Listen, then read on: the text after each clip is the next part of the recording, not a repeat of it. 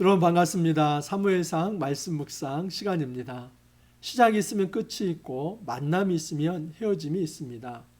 우리의 만남이 하나님 안에서 복될 수 있기를 바랍니다. 그리고 피치 못할 사정에 의해서 우리가 헤어진다 할지라도 그 이별조차 아름다울 수 있기를 간절히 소망합니다. 여러분, 우리가 피치 못할 사정에 의해서 때로는 지리적 공간을 달리할 때가 있습니다. 예를 들어서 공동체 안에서도 어떤 분들은 이사를 갈 수 있습니다. 또는 직장이 지방으로 또 발령이 나서 전근을 갈 수도 있습니다. 또는 대학생들 같은 경우는 군대를 가기도 하고 또 학교를 졸업하고 유학을 갈 수도 있고 또 해외에 파견되는 분들도 있습니다. 여러분, 이처럼 피치 못할 사정에 의해서 잠시 떨어져 있는 것, 사실은 이것은 이별이라고 말하기는 어렵지요.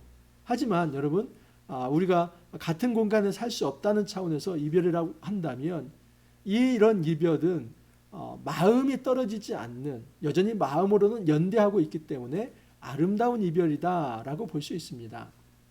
하지만 여러분, 이런 이별과 아주 대조적인 정말 끔찍하고 생각하고 싶지 않은 좋지 않은 이별이 있을 수 있습니다. 그것은 무엇이냐면 서로를 증오하며 또 서로를 향해서 미워하며 죽이려 하며 그 상처를 풀지 않고 끝까지 악한 마음을 풀지 않는 그래서 이 복수의 마음과 증오의 마음이 가득한 상태에서 뭔가 일이 해결되지 않은 상태에서 이별한다면 이것은 정말 악한 이별이다라고 볼 수 있습니다. 우리가 인생을 살아가면서 여러분, 이런 악한 이별은 하지 않기를 바랍니다.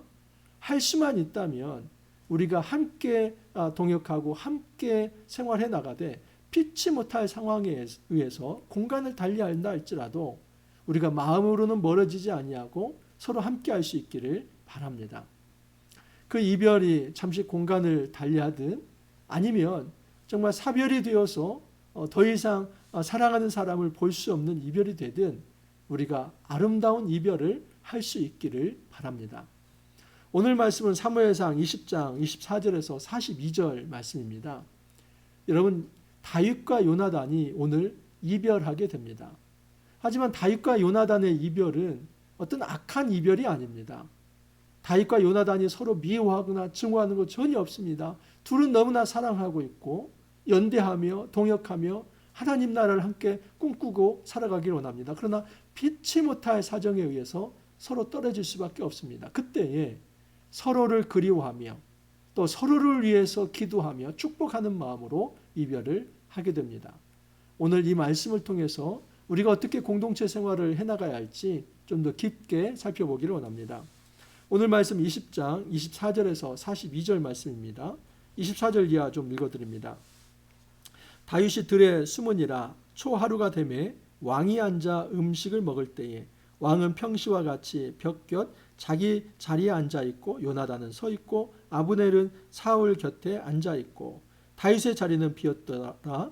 그러나 그날에는 사울이 아무 말도 하지 아니하였으니 이는 생각하기를 그에게 무슨 사고가 있어서 부정한가 보다, 정령이 부정한가 보다 하였음이더니. 여러분, 지금 초하루 식사, 이것은 매달 초하루 식사인데 3일 동안 이어집니다. 왕과 함께하는 초하루 식사입니다. 자, 그런데 그때에 누가 빠지게 되냐면 다윗이 빠지게 됩니다. 어제 말씀을 드렸죠. 다윗이 사울의 최종 마음을 확인해 보고 싶었습니다. 과연 사울이 이 다윗을 죽이려고 하는지 아니면 충동적으로 그냥 잠시 이성을 잃었던 것인지 그걸 좀 확인해 보고 싶었던 것입니다. 그래서 다윗의 묘안은 이거였습니다. 요나단에게 내가 지금 베들레헴으로 간다고 사울에게 얘기를 해달라. 그래서 이 초하루 식사에 참여하지 못한다고 그렇게 얘기를 전해달라. 만약에 그때 사울이 화를 낸다면 사울은 나를 죽이려 하는 것이고, 만약에 화를 내지 않는다면 그것은 일시적으로 사울이 흥분했던 것이다. 그렇게 알겠다는 것입니다. 여러분, 초하루 식사에 다윗이 나오지 않자 사울의 마음이 불안합니다. 이거 왜 안 나왔지? 그런데 그것을 이야기하지는 않습니다. 부정한가 보다 이렇게 두 번 반복하는 것은 사울의 마음이 굉장히 불안하다는 것을 표현한 겁니다. 불안한 마음이 있었지만 그것을 표현하지 않습니다.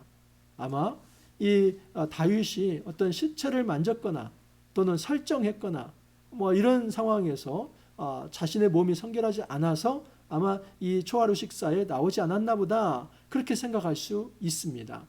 자, 그런데 이튿날이 되었는데도 다윗이 나오지 않습니다. 그래서 이제 사울은 단지 불안한 마음이 아니라 좀 이제 신경이 날카로운 그런 어떤 어투로 요나단에게 이야기를 합니다. 이튿날 곧 그 달의 둘째 날에도 다윗의 자리가 여전히 비었으므로 사울이 그의 아들 요나단에게 묻되 이새의 아들이 어찌하여 어제와 오늘 식사에 나오지 아니하느냐.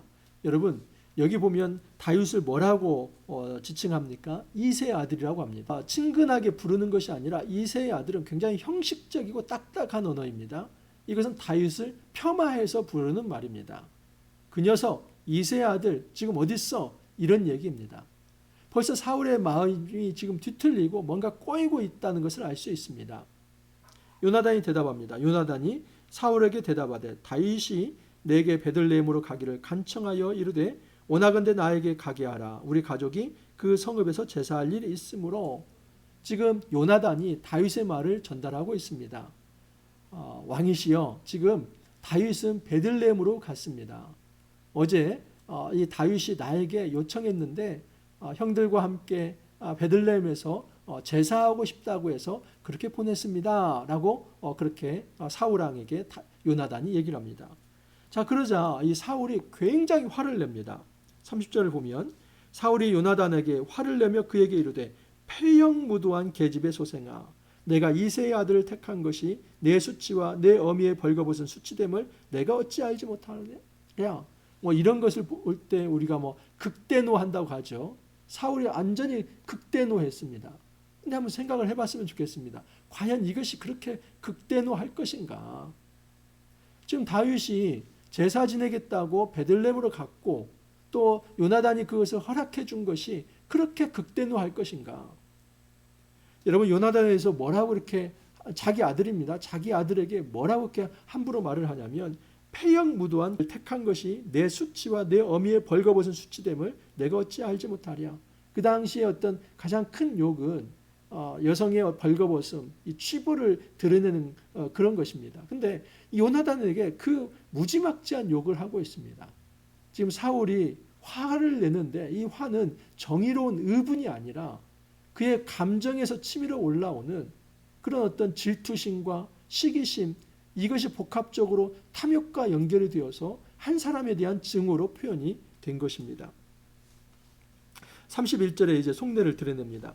이새의 아들이 땅에 사는 동안 너와 내 나라가 든든히 서지 못하리라. 그런즉 이제 사람을 보내어 그를 내게로 끌어오라. 그는 죽어야 할 자이니라. 여러분 지금 사울이 사실 자기 속내를 드러냅니다. 그런데 그 속내를 드러내면서까지도 비겁합니다. 왜냐하면 너와 내 나라가 든든히 서지 못하리라. 이거 보면은 그냥 사울이 요나단 생각해 주는 걸로 생각할 수 있습니다. 야 요나단 너 왜 이렇게 철이 없냐? 지금 너는 왕직을 승계해야 하는데 만약 다윗을 살려놓으면 너 왕 못 돼 이런 얘기입니다. 근데 사실은 여러분 사울은 자기 왕권이 위태로운 것에 대한 불안함이 있었지 지금 자기 밑에 이것은 사실은 그 다음입니다. 그러면서 이 사울은 사실은 자기의 왕권이 위태로운 것, 이 요나단이 자기의 왕권을 어떻게 다윗이 자기의 왕권을 어떻게 넘볼까 이 고민을 하면서 그냥 요나단에게는 야, 너 그런 식으로 순진하게 행동하면 다윗이 왕 되고 너는 왕도 못 돼 이렇게 협박을 하고 있는 것입니다. 여러분 여기에 대해서 요나단은 혹하고 넘어가지 않습니다. 아유 제가 잘못 생각했습니다. 제가 순진했습니다.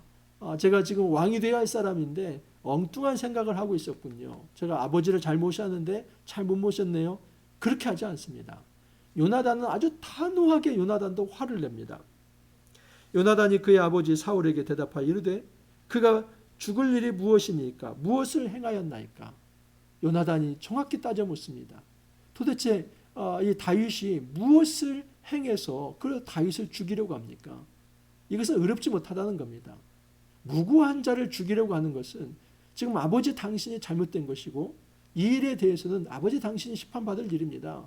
그것을 정확히 이야기를 합니다. 요나단은 이처럼 여러분 정의로운 사람입니다. 어떤 사적 감정에 의해서 자기의 탐욕에 의해서 판단을 흐리는 것이 아니라 말씀과 정의에 입각해서 무엇이 옳고 그른지를 이야기하고 있습니다. 자, 그러자 이제 사울이 어떤 이 분노가 폭력으로 폭발을 합니다. 사울이 요나단에게 단창을 던져 죽이려 한지라 요나단이 그의 아버지가 다윗을 죽이기로 결심한 줄 알고 사울은 툭하면 단창을 던집니다. 잘 맞추지도 못하면서 다윗에게 이미 2번 이상을 던졌고 심지어 자기 아들을 죽이려고 단창을 던집니다. 여러분, 이것은 이성을 잃어버린 것입니다. 이 사울이 이성을 잃어버리고 악령에 쉬운 듯이 그렇게 자기가 하는 행동을 자기도 알지 못하는 상태로 지금 이런 행동을 하고 있습니다. 34절에 보면 요나단이 굴하지 않습니다. 심히 노하여 식탁에서 떠나고 그달의 둘째 날에는 먹지 아니하였으니 이는 그의 아버지가 다윗을 욕되게 하였으므로 다윗을 위하여 슬퍼함이었더라. 제가 이번에 사무엘상을 묵상하면서 새롭게 발견한 인물은 요나단입니다. 여러분, 이 요나단이 얼마나 용기 있게 그 자리를 떨쳐 일어납니까? 아버지가 단창을 던졌다고 해서 기죽지 않습니다. 이건 왕과 신하의 관계이기도 하고 또한 아버지와 아들의 관계이기도 합니다. 하지만 잘못된 것은 잘못됐다고 얘기를 한 겁니다. 아니, 사울왕, 왜 당신이 지금 무고한 다윗을 죽이려고 하는 겁니까? 화를 내고 그 자리를 일어섭니다. 요나단은 실천하는 믿음이 있었고 그에게는 용기가 있는 실천적 어떤 사람이다라고 말할 수 있습니다. 35절 이하를 보면 이제 요나단이 다윗을 찾아가서 군호를 짜서 다윗에게 사울의 진심이 무엇인지를 전달합니다. 35절 이하를 보면 아침에 요나단이 작은 아이를 데리고 다윗과 정한 시간에 들러 나가서 이전에 군호를 짰었지요. 이제 그 아이에게 화살을 쏘아가지고 만약에 그 아이 옆에 화살을 쏘아서 그 옆에 있는 화살을 주어라 그러면 이것은 청신호입니다. 다윗 돌아와도 된다는 겁니다. 하지만 그 아이의 머리 위로 지나가게 화살을 쏘아서 아이야, 네 앞에 화살이 있지 않냐? 그거 빨리 가지고 와라. 그러면 다윗을 이제 사울이 죽이려고 한다는 적신호라는 겁니다. 여러분, 지금 이 요나단이 그 아이의 머리 위로 쏴가지고 빨리 가져와라 합니다. 이것을 숲을 속에서 이 다윗은 다 지켜보았습니다. 다윗은 생각했을 것입니다. 진짜 사울이 나를 죽이려 하는구나. 이 사정을 알고 이제 요나단이 그 아이에게 너는 이제 돌아가라 하고 다윗과 요나단 둘만 남았는데 이렇게 끌어안고 웁니다. 42절을 보면 요나단이 다윗에게 이르되 평안히 가라. 우리 두 사람이 여호와의 이름으로 맹세하여 이르기를 여호와께서 영원히 나와 너 사이에 계시고 내 자손과 내 자손 사이에 계시리라 하였느니라 하니 다윗은 일어나 떠나고 요나단은 성읍으로 들어가니라. 가슴 아프지만 아름다운 이별입니다. 여러분, 요나단이 사울의 아들이기 때문에 지금 이 요나단은 사울을 떠날 수는 없습니다. 지금 이런 상황에서 요나단이 사울을 떠나서 다윗의 신하가 되고 이렇게 할 수는 없습니다. 여전히 지금 요나단은 사울의 아들로서 그 자리를 지켜야만 합니다. 그리고 블레셋과의 전투도 남아 있습니다. 하지만 이 다윗은 이제 사울과 원수가 되었기 때문에 다윗은 떠나야만 합니다.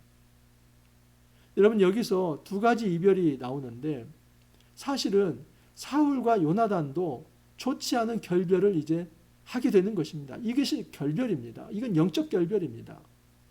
아주 좋지 못한 결별이죠. 사울과 다윗도 마찬가지입니다. 사울의 그 완전히 이제 악령에 씌인 듯한 그 미친 듯한 행동 때문에 더 이상 이 사울과 다윗은 함께 할 수 없습니다. 이것은 좋지 못한 끔찍한 이별이라고 볼 수 있습니다. 하지만 정말 피치 못할 사정에 의해서 요나단은 남아야 하고 다윗은 보내야만 하는, 그렇지만 요나단과 다윗은 여전히 서로 우정의 관계이고 사랑하는 관계이며 하나님의 앞에서 맹세한 그런 어떤 언약의 관계입니다. 그렇기 때문에 서로 이별하지만 그들은 하나의 영적인 끈으로 하나로 연대되어 있으며 아름다운 이별을 하고 있는 것입니다. 여러분 여기서 이제 1차 이별이 되고 마지막 최종적 이별이 한 번 더 나옵니다. 사무엘상 23장 17절에서 18절인데 한번 제가 읽어드립니다. 23장 17절에서 18절. 곧 요나단이 그에게 이르기를 두려워하지 말라. 내 아버지 사울의 손이 내게 미치지 못할 것이요 너는 이스라엘 왕이 되고 나는 내 다음이 될 것을 내 아버지 사울도 안다 하니라. 두 사람이 여호와 앞에서 언약하고 다윗은 수풀에 머물고 요나단은 자기 집으로 돌아가니라. 본격적으로 다윗이 도망자 삶을 살아갑니다. 그리고 사울은 끊임없이 다윗을 쫓게 됩니다. 그때 광야 수풀에 다윗이 숨어 있었는데 그때 요나단이 찾아옵니다. 그래서 이게 바로 이제 최종적 이별이 됩니다.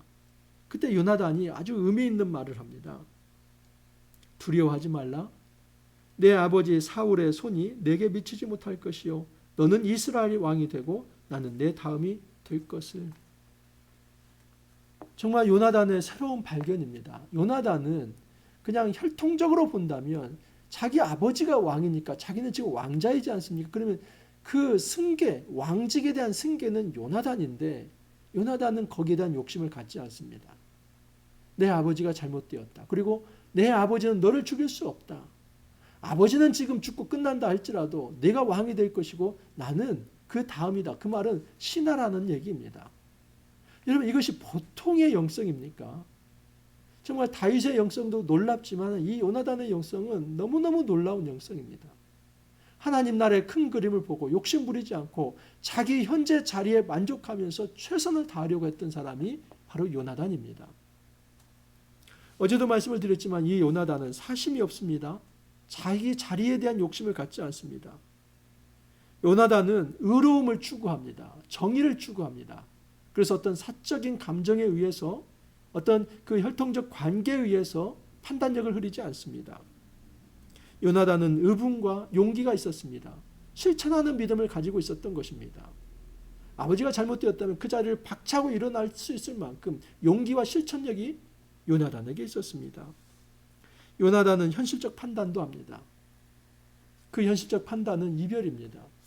더 이상 이 다윗을 붙들어 둘 수 없다 할 때는 과감하게 다윗을 보냅니다. 이것이 현실적 판단입니다. 이 요나단의 이 위대한 영성을 통해서 다윗이 또 한 번 살게 되고 구원을 받게 됩니다. 여러분 우리가 이 땅을 살아가면서 때로는 공간을 달리하면서 잠시 몸이 떨어져 있는 이별을 해야 할 때가 있습니다. 또는 사랑하는 이가 돌아가시면서 사별을 해야 할 때도 있습니다. 여러분 그것이 어떤 헤어짐이든 우리 안에 이 이별이 아름다운 이별이 되기를 바랍니다. 사별이 된다고 한다면 부활의 소망을 가지고 다시 만날 수 있기 때문에 여러분 그 죽은 분이 영원히 소멸되고 끝나는 것이 아니라 하나님 품 안에서 안식하고 있지 않습니까? 예수님께서 부활하실 때는 우리가 만날 수 있기 때문에 우리도 예수님을 믿는다면 다시 만날 수 있는 그런 소망이 남아있기 때문에 여전히 마음으로는 연대되어 있습니다. 그렇기 때문에 몸은 떨어져 있더라도 마음이 연대되어 있다면 이것은 아름다운 이별입니다.